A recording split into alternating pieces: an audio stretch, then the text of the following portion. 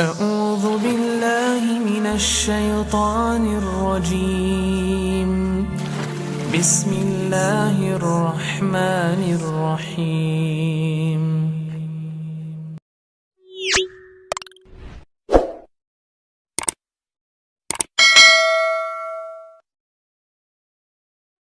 Imam Ibnul Jauzi, Ibnul Qayyim Al-Jauziyah mengatakan ada 2000 dalil di dalam Al-Quran dan Sunnah yang menyatakan Allah di atas. Kalau kita ingin tahu takaran ilmu kita, berapa dalil yang kita hafal dari 2000 itu?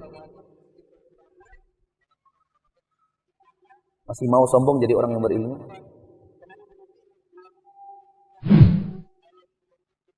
Ilmu apa?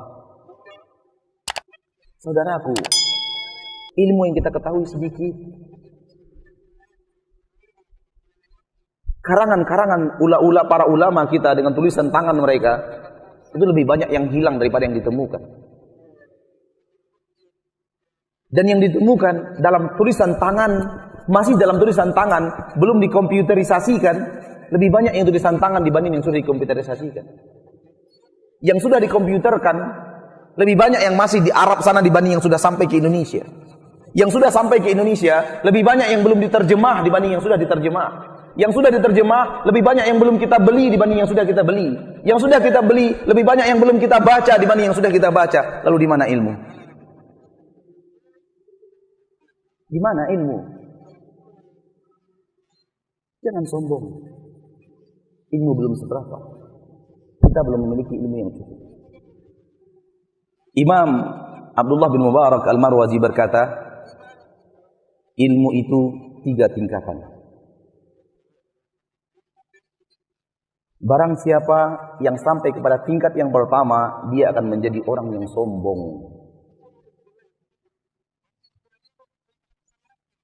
Barang siapa yang sampai kepada tingkatan yang kedua, dia menjadi orang yang tawadhu'. Dan barang siapa yang mencapai tingkatan yang keempat, dia akan merasa bahwa dia tidak tahu apa-apa.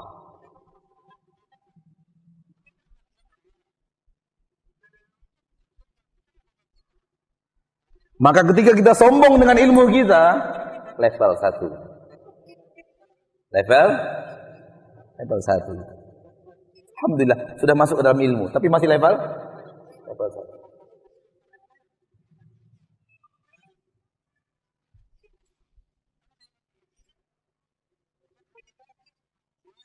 Saya sampaikan, mungkin terdengar di radio karena di live kan di radio, tapi kita ulang, mungkin ada yang belum mendengarnya. Ada laporan ke kita masuk, ada saudara kita yang parkir di depan rumah seseorang warga, mungkin hadir pengajian di masjid.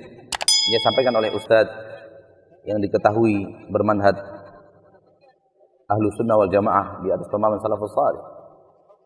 Ketika tetangga sekitar masjid itu bertanya, "Pak, ini kajian apa, Pak?" Apa jawabannya? Ini kajian orang-orang pintar. Sombong.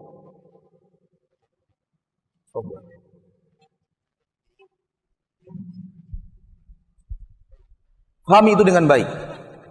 Bahwa syariat bukan karya Nabi Muhammad. Agama Allah bukan apa maunya Nabi Muhammad. Kalaulah Nabi Muhammad tidak punya hak untuk mengutak-atik syariat, maka kita lebih tidak punya hak lagi untuk itu.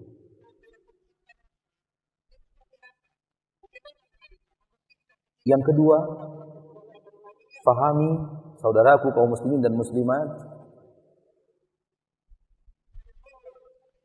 bahwa Nabi Muhammad sallallahu alaihi wasallam diutus oleh Allah untuk menerangkan ilmu syariat, bukan ilmu dunia.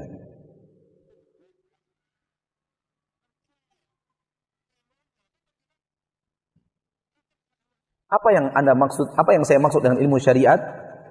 Ilmu tentang halal dan haram. Ilmu tentang mana yang boleh, mana yang tidak boleh. Mana yang diridhoi oleh Allah, mana yang tidak diridhoi oleh Allah. Mana jalan ke surga, mana jalan ke neraka. Inilah ilmu syariat yang saya maksud.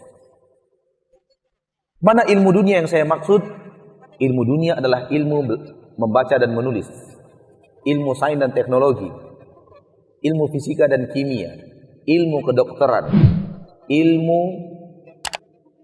apa lagi? Sebutkan ilmu-ilmu dunia murni. Ini ilmu dunia yang saya maksud. Rasulullah diutus untuk ilmu syariat. Rasulullah diutus oleh Allah menjadi Rasul untuk menangani ilmu syariat, bukan ilmu dunia. Oleh karena itu, 4 kali 4 sama dengan 16 tidak ada di dalam Al-Quran. Sebagaimana tidak ada di dalam Sunnah.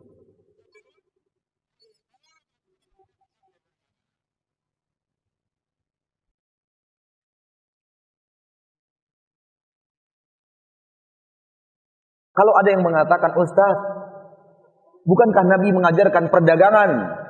Itu kan ilmu dunia. Jangan salah.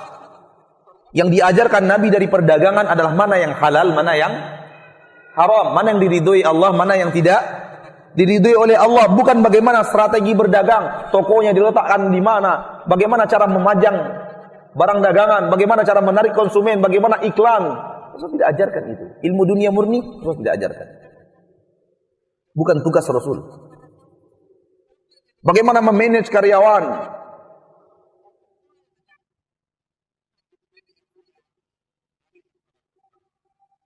Bukan itu. Bukan itu.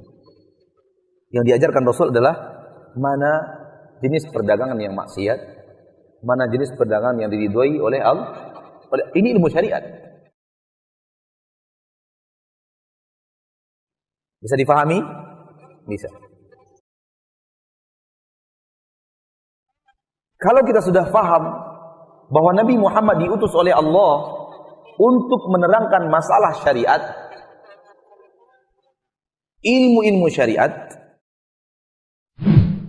bukan ilmu-ilmu dunia, maka fahamlah kita, bid'ah hanya ada dalam ilmu syariat. Bid'ah yang dikatakan Rasul, kullu bid'atin dalalah, seluruh bid'ah itu sesat.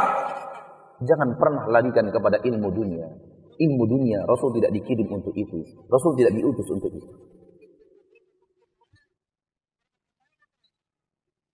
Soal ilmu dunia, Rasulullah SAW mengatakan, antum a'lamu bi umuri dunyakum. Kalian lebih tahu daripada diriku tentang ilmu dunia kalian. Lebih paham kalian daripada saya. Hadis sahih diriwayatkan oleh Imam Ibnu Khuzaimah dan Ibnu Hibban di dalam sahih. Kalian soal dunia lebih mengerti daripada saya. Tapi soal syariat, soal agama, soal ketaatan, soal halal haram, soal ibadah, semua kalian bergantung kepada Nabi Muhammad. Nabi Muhammad sallallahu alaihi wasallam. Makanya ketika Nabi mengatakan kullu bid'atin dhalalah, jangan fahami dunia. Nabi tidak diutus untuk urusan dunia. Nabi diutus untuk urusan syariat. Maka bid'ah hanya ada di dalam syariat. Bid'ah hanya ada dalam dunia, dalam kata, makna kata. Bid'ah artinya baru. Ya ada bid'ah dalam ilmu dunia, baru sebelumnya nggak ada, ada. Tapi hanya kata saja, hal yang baru. Bukan bid'ah yang kata Nabi di dalam syariat, kullu bid'atin dhalalah, bukan itu. Maka bid'ah, ma'asyiral muslimin dan muslimat, dalam syariat. Dalam dunia bid'ah itu hanya sekedar bahasa. Pesawat bid'ah, baru, betul itu. Tapi tidak masuk dalam konsep kullu bid'atin dhalalah. Mobil bid'ah, betul itu. Dulu nggak ada mobil. Sepeda motor Suzuki, Yamaha, Honda, bid'ah. Iya, bid'ah itu. Bid'ah secara apa? Bahasa, hal yang baru. Dulu nggak ada. Dulu orang kemana-mana pakai unta, pakai keledai, pakai bagal.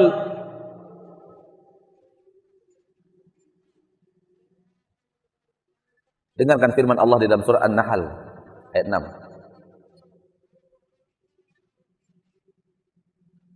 Ayat 8. An-Nahl ayat 8.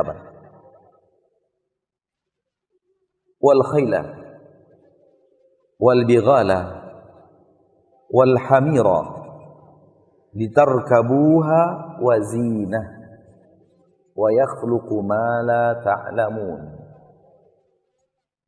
Dan Allah telah ciptakan kuda, bagal, hamir, keledai untuk kalian tunggangi sekaligus perhiasan. Dan Allah akan menciptakan sesuatu yang kalian belum tahu. Maka kuda di zaman Rasul mirip dengan kuda Mitsubishi zaman kita. Apa tugas utamanya? Transportasi. Apa tugas keduanya? Hiasan diri. Apa maksud hiasan diri? Naik kuda yang kurus, tidak terawat, tidak sama dengan naik kuda yang sehat dan gagah, gemuk, berlari kencang. Beda. Makanya naik Corolla Daihatsu 83 beda dong sama naik Suzuki APV. Beda. Tugasnya sama sebenarnya, transportasi. Tapi dalam perhiasannya berbeda. Naik Kijang dengan naik Serena beda. Walaupun sama-sama alat transportasi. Litarkabuha, untuk kalian tunggangi dia, wazina, dan sebagai perhiasan. Allah akan menciptakan sesuatu yang kalian tidak tahu. Jadi kalau kita tanya, Toyota itu ciptaan Jepang, betul atau tidak? Enggak, ciptaan Allah. Siapa yang menemukan, yang memberikan izin kepada orang Jepang untuk menemukan itu? Allah. Bahan-bahannya siapa yang buat? Allah. Coba cari bahan yang bukan ciptaan Allah dalam Toyota itu. Nggak ketemu. Nggak ketemu. Besi, aluminium, karet, bahan bakar, apalagi saya nggak tahu. Yang pasti nggak ada yang ciptaan manusia 100% nggak ada. Semua ciptaan Allah, manusianya mengolahnya. Besi, olah aluminium, olah ini, jadi mesin Toyota. Karet diolah begini, jadi ban. Dirangkai, jadilah dia mesin yang bergerak. Demikian juga dengan pesawat dan yang lainnya. Allah akan menciptakan sesuatu tunggangan yang kalian tidak tahu kepada manusia-manusia, kepada kaum muslimin di zaman Rasul. Inilah jawaban. Kembali kita kepada apa yang ingin kita katakan. Nabi Muhammad SAW diutus untuk urusan agama, untuk urusan syariat. Maka jangan pernah membantah bid'ah. Hadis tentang bid'ah, kullu bid'atin dhalalah, jangan pernah bantah dengan sesuatu yang bersifat duniawi. Gak benar itu kullu bid'atin dhalalah. Kenapa? Karena kalau kullu bid'atin dhalalah kita berarti kita nggak bisa pergi haji naik pesawat. Salah paham. Berarti kita harus naik haji pakai unta saja. Karena kalau sudah naik pesawat bid'ah, seluruh bid'ah sesat. Salah paham. Kalau salah paham itu bahasa halusnya, Pak. Bahasa kasarnya bodoh. Bahasa kasarnya apa? Bodoh.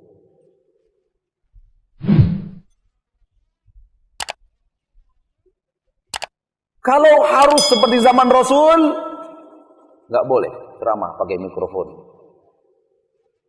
Kenapa nggak boleh pakai mikrofon? Bid'ah mikrofon. Baru.